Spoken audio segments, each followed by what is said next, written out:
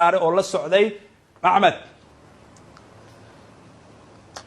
farxaan waa maasan tahay magaalada Qaahira iyo magaalooyinka kale ee dalkan waxa ka socda diyaar garow heerkiisu u sareeyo markii aad aragto goobaha dadweynaha sida airportka kale waxa loogu jiraa safaf aad u dhaadheer oo dad badan oo jinsiyada kala duwan watay ku doonayaan inay dalkan ogolaasho soo galootiya helaan sidoo kale ganacsiyada ama magaalada markii aad eegtana waxa loolanaya calamo kala duwan oo ay ganacsatadu doonayaan inay ku soo jiitaan dadka kala duwan ee dalkan soo booqanaya kooxaha badan ee kala duwan ee koobkan ka qayb galayo 24 koox intooda badan way soo gaareen magaalada Qaahira iyo magaalooyin kale koobkan lagu qaban doonaba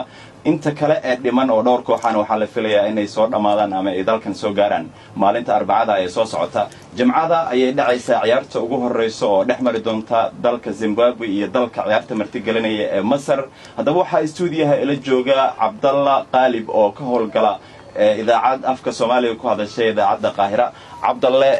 waad arkaysaa sida dalkan la isugu diyaar gareynayo ciyaartan iyo xiisaha sida uu kala socdo hadaba yaa la saadaalinaya inuu koobkan ku guuleysan doono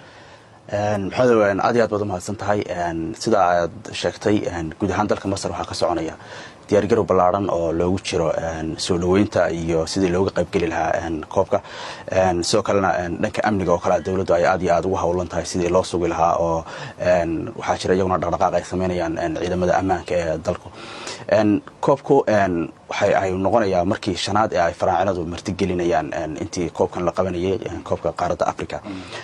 waxaana lagu qaban doonaa meelo kala duwan oo ay ka mid tahay magaalada Qaahira oo caasimadda ah Iskandariya Suways Ismaaciiliya iyo goobo kale marka haddaynu u soo noqono su'aasha ah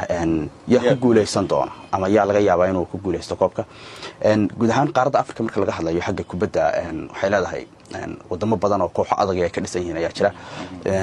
kooxaas waxay isugu jiraan kuwa caalami ahaan xataa wax natiijo fiican ka keena marka dawladaha aan dhayalsan karin hadda waxa kamid ah dalalka waqooyiga qaaradda Afrika oo kale dalalka Carbeed sida Jazaa'ir ama Algeria oo kale dalka Masar oo kale dalalka noocaas runtii waxa la rajaynayaa inay soo bandhigi doonaan awood siyaada ah isla markaasina waxay awood u leeyihiin inay ku guuleystaan balaga yaabo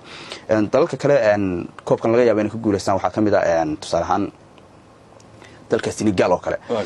dalka Senegal kooxdiisu aad bay dhisan tahay waa dal kooxdiisu ay fiican tahay xagga kubadda waxa hogaaminaya Sadio Mane oo ah laacib oo la wada yaqaan oo ka ciyaara dalka Ingiriiska Maxamed isku kooxiyihiin Mohamed Salah kooxda Liverpool ay ka wada tirsan yihiin